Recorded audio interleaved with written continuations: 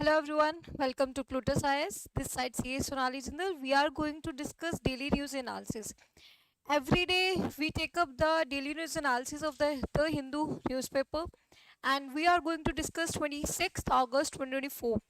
And in the initial 1 minute we see which are the topics to be covered in this video, so that you can also skip the video to see the particular topic if you want to see.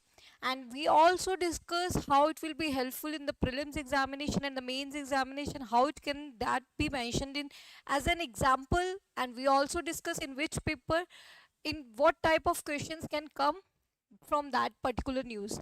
So the article is the most important article in today's newspaper is on the unified pension scheme, and it is in the debate.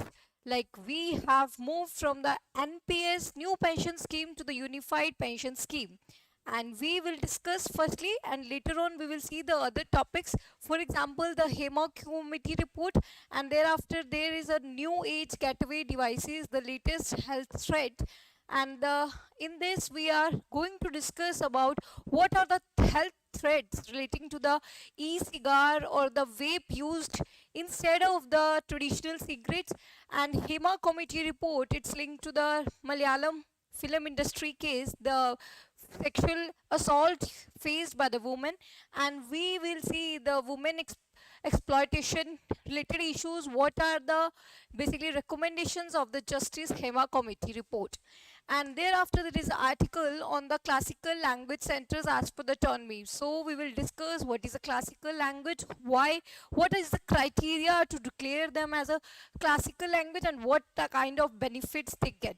It can be asked in the prelims examination, and you can relate it with the GS3 health sector, and you can relate the Justice Hema committee with women empowerment, and it can be asked in either of the paper, GS1, 2, 3, 4, and in essay also. In the unified pension scheme, you need to understand, like, we will discuss about the unified pension scheme, what is the difference between OPS, old pension scheme, thereafter we brought the new pension scheme, and now the unified pension scheme. We will see what are the features of UPS, unified pension scheme, and what is the difference between these three, and what benefit can be given by the UPS. So moving to the article, unified pension scheme, there is one article editorial in the Hindu newspaper which says it's a middle path, so it's between the NPS and OPS. In this, the government employees will get the option to choose between the NPS or either UPS. It will start from the April 2025. We will discuss about the features. And another article in the Indian Express says the age grant is a 50% of the salary as a pension, and it also says it's a fiscally and optically prudent. So basically it will help in reducing the fiscal deficit burden, and how it will help beneficial to the employees and the government, we will see after seeing the features. So what are the details here? You need to understand it. Basically, government has approved the unified pension scheme, and under this it basically assures the 50% of the average salary drawn over the last 12 months of their service as a pension. So in whichever year they have served last, and the 12-month salary, 50% will be given as the pension. And you need to understand, under this government has decided the contribution. For example, in the NPS new pension scheme, government was contributing around 14%. For the UPS, government has to contribute around the 18% of their salary, and employees contribution will remain the same as earlier. It was 10% only. So features are, you need to understand, firstly I have tell you, at least 25 years you need to serve as a government employed, you need to give your service, then only you will be able to get the minimum 50% of their average salary. Even if you have served less than 25 years, then also you will get the pro rata basis pension. And in this, you need to understand, in the case the pensioner dies, even the family member will also get the 60% of the pension amount. These are the important features, and in the past, in the prelims exam, they have asked about the basically different pension scheme features. For example, Atal pension scheme, they have asked about it, and they have already asked about the NPS, new pension scheme. So you need to understand its basic features. After that, even if the employees basically leaves the job after 10 years, then also he will get the pension of 10,000. After that, employees do not need to contribute separately as such. They need to contribute similarly like the NPS scheme. He was contributing 10%, but now the government will contribute 18%, and two separate funds will be created in which 10% from contribution from the employer and the government will go into the one corpus, and the other 8% will go into the separate corpus. And the benefit of inflation will also be present, as in the basically NPS new pension scheme, no dearness allowance was given to the employees.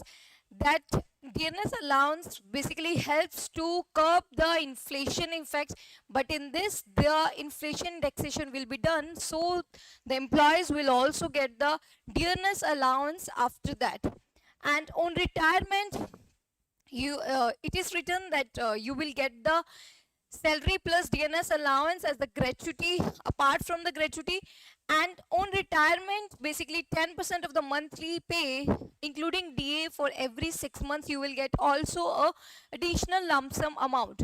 So you need to learn the basic features that it will help in the inflation indexation, and your pension will be inflation indexed, so the effect of inflation will not be on the pensioner. Government will pay for that, and at least 50% will be given if the service is of 25 years, and if the pensioner dies, the family members will also get 60%, and if you are serving less than 10 years, then you will get the pension of at least 10,000. Now, you need to understand one more thing. It means it is basically ensuring the dignity and financial security of the employees. So, basically, the resignation in the government service can be reduced with it, because government is guaranteeing their pension of about 50%. After that, it also says, Prime Minister has also said that it will be able to benefit around 23 lakh central employees and the 90 lakh central government employees. So it will benefit these number of employees, and the UPS, I have already told you, it's a middle ground between the NPS and OPS. We have taken the both of the features from them. For this, we have already told you 10% will be the contribution by the employees, and the government was earlier contributing 14%, but now it will contribute around 18%. Even as per RBI, it has estimated that the total pension burden on the exchequer, that is a state government, it's around 6 to 21% of the total revenue receipts. So whatever that revenue receipts coming to the different state governments, around 6 to basically 21% is going for the pension amount. So there is a burden on the pension on the government, and recently in the last 1 year there was a news, there was a debate whether the OPS need to be introduced rather the NPS or not. As the NPS was introduced to reduce the burden on the government, as the basically in the OPS only the government was contributing, there was no contribution by the employees, but in the NPS there was a contribution introduced by the employee. 10% was basically contributed by the employees, but in the different states it was doing that they were bringing back the OPS, that basically retreated the debate whether the OPS was needed or the NPS. But the now government has brought UPS to find a middle ground between the OPS and NPS. It has taken the benefits from both of them. We need to discuss about the basically the benefits and the difference between these, you need to understand to reduce the pension burden, because I have already told you around 6 to 14, 21% of the revenue receipts is actually going for the pension. It means obviously government will take some steps to reduce its fiscal deficit. For this, they were hiring contractual employees. And as per data, around 47% of the government employees are contractual. What it will happen due to it? Obviously, those employees will not have the social security, and they will not have even employment security. In this kind of scenario, the basically craze for the government jobs will be reduced, and the people will not go for the public sector jobs. Thereafter, government is also resorting to the outsourcing. By outsourcing, obviously it will reduce the burden of the pension. Thereafter, the schemes like Agnipath was also introduced by the government, where there was no guarantee of the pension, and even after 4 years there was no guarantee of the employment. All these has been raising question on the employment. That is why we need to basically find other ways to reduce the pension burden rather than resorting to these kind of schemes or the factors. After this, let's discuss what is the difference between OPS and NPS and UPS. You need to first understand old pension scheme, there was no contribution by the employee. So only the government was contributing. But in the NPS, we have introduced the contribution by the employee. Here, there was a guarantee of basically pension. 50% of the salary was actually given as a pension to the employee. But in NPS, no guarantee of the pension because it was a market linked. It was dependent on the market returns. As the pension was invested in the market, thereafter, whatever the return will come, that will be given to the employee. So there was no guarantee of the amount as such, but in the OPS, there was a guarantee. That is why people were saying we want to OPS, but now in the UPS, there will be a guarantee of 50% if you have served 25 years. Thereafter, it was not a market linked, and in this, the scheme includes the provision for the DNS allowance. So, DNS allowance was also given in the OPS, but in NPS, there was no DNS allowance. You need to understand here, there was a 10% contribution from the employees. I have already told you, as there was no contribution from the employee in the OPS, but now in the NPS, there was contribution. Same contribution will be continuing in the UPS. Thereafter, I have already told you, its returns dependent on the market, and NPS does not offer the DNS allowance.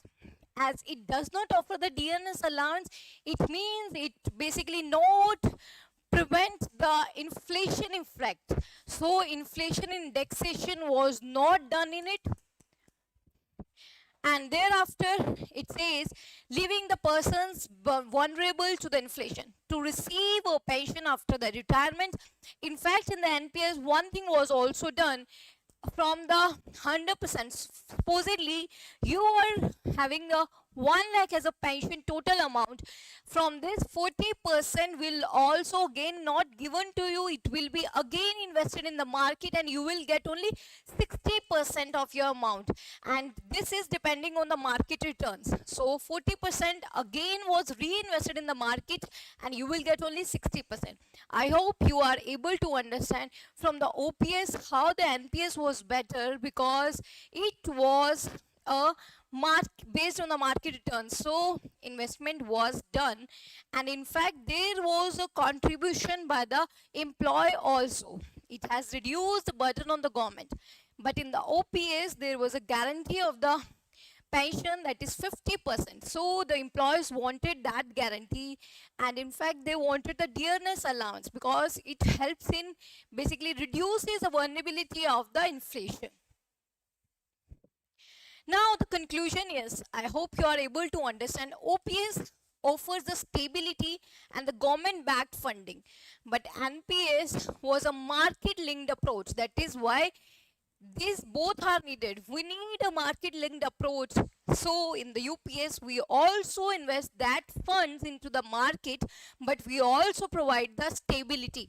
And although the government backed funding will also be reduced, increased from the 14 to 18%. So it combined both best of the both of the words, while the offering assured benefits, and inflation protection will also be there without placing the funding burden on the employees, as the employees will contribute only 10% as it was there in the NPS. I hope you are able to understand. We have brought both of the features of the OPS and NPS in the UPS, and in the exam, prelims exam, you can get a question on the difference between these three, and maybe they can ask about the features of the UPS. In the mains examination, maybe if you're writing about the fiscal deficit problem or the fiscal federalism, there you can write about the pension schemes. For example, in the fiscal federalism, you can write between the state and central government, there is a debate of which of the pension scheme needs to be introduced, and for the reducing the fiscal deficit, what kind of measures taken by the government. There you can mention about the unified pension scheme. I hope you are able to understand the features of the UPS and the difference between OPS, NPS and UPS, and you have also caught the point that how it can be asked in your exam. Next, it is about the Hema committee report. Although it has been in news since so many days, and Hema committee was basically set up in 2017 as the case was filed by the Kerala woman who was working in the film industry, and how Hema committee has exposed the lacunas or the problems faced by the women working in the film industry, and it has highlighted the exploitation faced by the woman. You can see there is another editorial which also says the reality of the real life exploitation as a structural problem. So this editorial wants to say, as it is a structural problem, we need to bring the structural reforms to tackle this problem. After this, we have basically, it has highlighted that sexual exploitation is the first that is faced by the women in the cinema, and who are refusing to cooperate, they are sidelined basically from the industry. And what kind of highlights is given by the basically this report, there is a problem of the casting couch, and in fact also they face the sexual exploitation and assault in the film industry. Another thing also faced by the women is they are not having the essential facilities. So two kind of exploitation faced by the women in the film industry. One is sexual exploitation, and the other thing is they do not have the essential facilities. For example, the toilets, changing rooms, safe transportation and accommodation. And it has also highlighted that discrimination in remuneration is also seen. So there is a discrimination in remuneration between the men and women.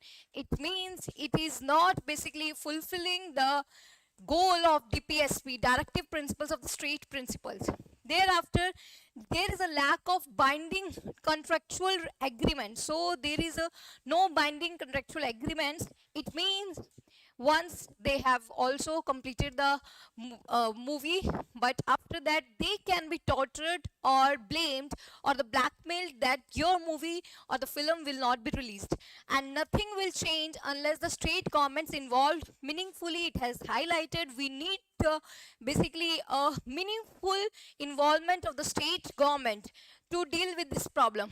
The major other concerns it has highlighted, there is a basically producers warned by the power group not to cast the actors which are basically fall out of the favor, and after even the release of the movies they are prevented as a film chamber of commerce has to issue the NOC. So for this they are blackmailed, and also we have discussed there is a lack of essential facilities, and junior artists even treated as a worse in the than the slaves, and they have to work for extending up to the 19 hours. In fact, maximum working hours have been mentioned by the labor laws, but as the labor laws actually being better implemented, we need a better implementation of them. And we have already told you there is a lack of written contract between them. And another alarming finding is many men assume that women willing to perform intimate scenes on screen are also willing to do offset.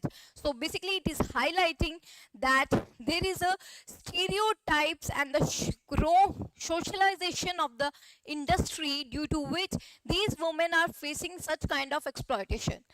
And after this, there are the social problems that has been highlighted by the editorial. It is saying this problem is existing in the film industry because of the society social wrong socialization. It means women are burdened by the stereotypes. They are facing some of the stereotypes. Stereotypes means basically judging or taking all of the category based on one feature and expectations about how they should behave. They are some, in fact, we recently have seen the case of Kolkata case, and thereafter we have seen the case of the school going girls. And in this, all this is highlighting there is a need of changing some attitude among men, and ranging from what to wear, what friends to have in individuals. Choices is too often stolen from women, and we have seen the already the case of the Kolkata, and the normalization of the objectification has been seen in this kind of. And we have seen the Vishakha guidelines were brought in 1997, which has highlighted we need to bring some reforms to bring the protection at the workplace for the woman. But we took 16 years to bring the legislature actually as a sexual harassment of the woman at workplace prevention, prohibition and redressal. It was brought in 2013. But although it was brought in 2013, but it has not been implemented actually in all the enterprises. It has highlighted that we need to basically build internal complaints committee. So internal complaints committee needs to be established under this act. But this Hema committee has highlighted this kind of committee is actually not helping in the film industry. However, indicated that ICC is not suitable for the women in the film industry, because these are basically ICC is being influenced by the abuser, because they are power holders. That is why this is not basically able to help the women. So we need a independent forum constituted by the government to deal with the problems faced by the women in cinema. After the Justice Hema committee, maybe the question could be asked directly on the film industry, but I think it will not be the case. Rather, they will make up some question on the women's safety in the basically workplace. The broader question will be built. For that, they can ask what kind of basically safety measures or the steps taken by the government. You need to mention about the Justice Hema Committee, Vishakha guidelines, about this act, internal complaints committee. These kind of the measures needs to be mentioned. And in this, you need to prepare and know about the issues therein also, so that you will be able to write the way forward. Even if the broader question comes on the women empowerment, there also you can mention the recent context of the Justice Hema Committee, because it has highlighted the exploitation faced by the women, and it also tells there is a need of the reforms in every sector. As in the Kolkata, we have seen how a doctor professional was not safe at its workplace itself, and she was a professional. And there in the film industry, we have seen, in fact, if you understand, the case was filed in 2017, but now also Justice Hema committee report has come just now, and in fact the trial has not been completed. You need to understand the additional safeguards for the accountability can be introduced, but as in the Nipun Saxena versus Union of India, it has explained how the name of the survivor need not to be disclosed. But still, in India, women does not want to report such kind of incidents. Why it is so? Because there is a lack of empathy among the society. They basically demean those women, and that is why they don't want to explain or expose their name. Society which looks at the survivors of the sexual assault, misguided empathy is there. They feel disgust instead of supporting and trust her. And in fact, in some of the cases we have seen, even the family members do not support women to report such kind of incidents, because these are being basically uh, taken as an insult for the woman. But the reward should be there, and it should not be insult for a woman, but rather it should be insult for the other man. And sexual assault cases takes years to complete.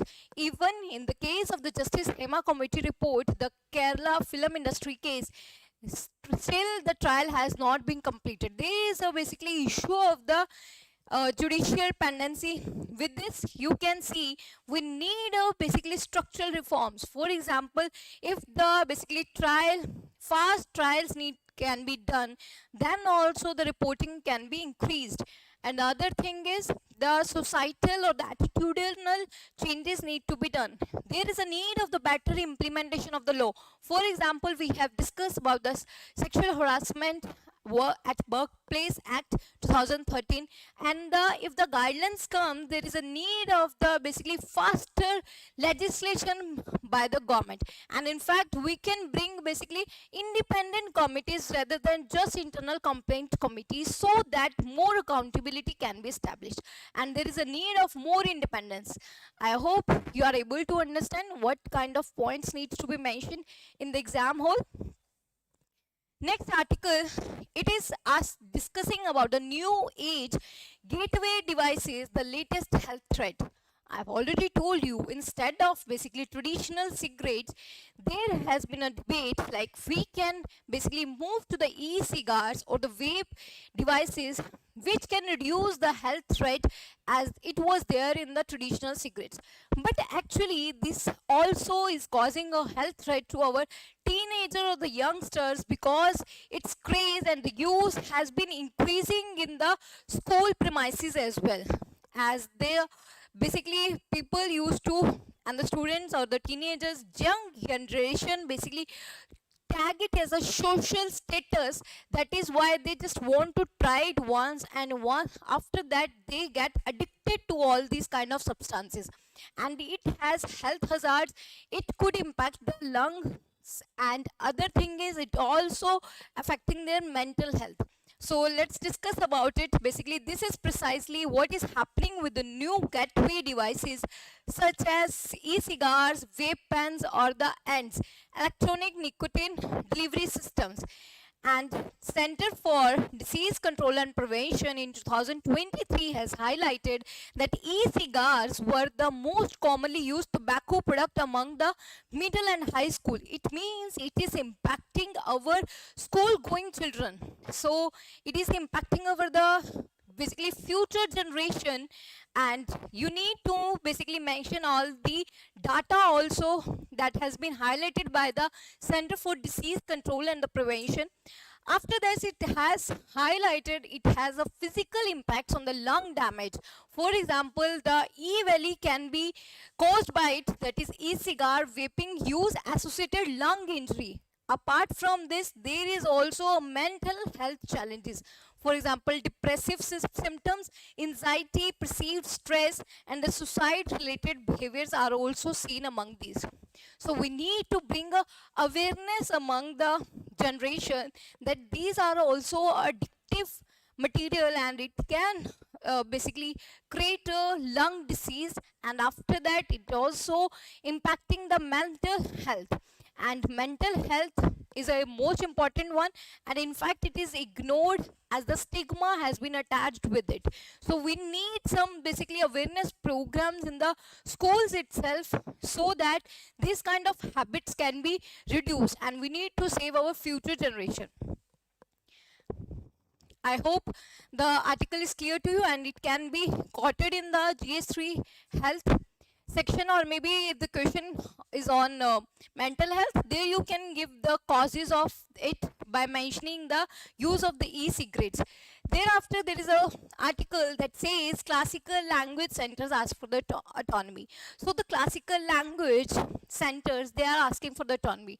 As this article has appeared, and it is highlighted that there is a difference or the discrimination between some of the classical languages. But before that, you need to understand on which criteria basically classical language is being declared. Classical language, to get that tag for any language, these are the criteria need to be fulfilled. For example, first, it should be high antiquity, so that it should be antique language and should be 1500 to 2000 years old, and there should be a proper literature established for that language, or the text should be available, and it should be a valuable heritage by the generation of the speakers. After that, it should be original and not borrowed from the another speech. So firstly, it should be antique, like 1500 to 2000 years old, and there should be some particular text or the original text, and it should be original, not borrowed. After that, the said language or the literature should be distinct from its modern format, and there may be also a discontinuity. There could be a discontinuity between the classical language and its later forms, but it should not be basically borrowed one. So I hope the features of the classical language is clear to you. After that, you need to understand what kind of benefits you will get if your language will get that tag. So if any language gets a classical language tag, then there will be two major annual international awards will be given for the eminence in such language. After that, the Center of Excellence will also be established for that language, and UGC, University Grants Commission, will also create a number of professional chairs in the central universities. So these are the three kind of benefits will be there. In fact, these basically languages will also get the funds from the government for the further research. After this, you need to remember there are 6 languages that has got the classical language tag. First one that got the tag was Tamil, after that Sanskrit, Telugu, Kannada, Malayalam and Odia. You need to remember them because already the question, when the Odia was declared as a classical language, the question appeared in the prelims examination. After that, the different languages also basically protest to get this tag. The basically last year, Maratha language was fighting for this to get this tag. So you need to remember which of the 6 languages got this tag. These 6 languages need to be remembered by you, and it can be asked in the prelims examination. So the current article asks about the bias. It tells, like, in the Lok Sabha 2020, there was a question like 643 crores have been spent on the Sanskrit, while 29 crores only was spent on the other 5 classical language. So this article is highlighting that there has been a more expenditure for the Sanskrit, and for the other languages there is a basically less expenditure being done by the government.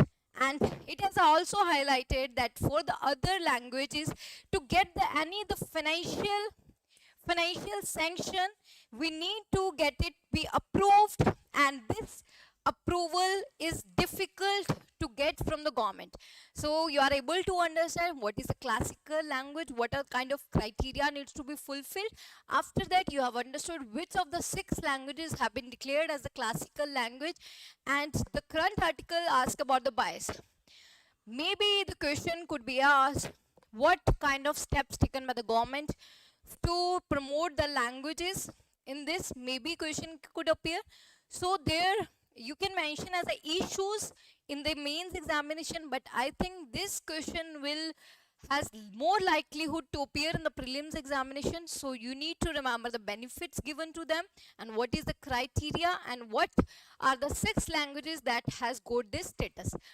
So we are concluding. We have discussed all of the 4 articles that were important in today's newspaper, and keep revising this, and along with the newspaper, keep seeing the syllabus to get aligned to the basically exam preparation only. And all the best to all of you. We will meet in the next daily news analysis at the same time. All the best to all of you. Thank you.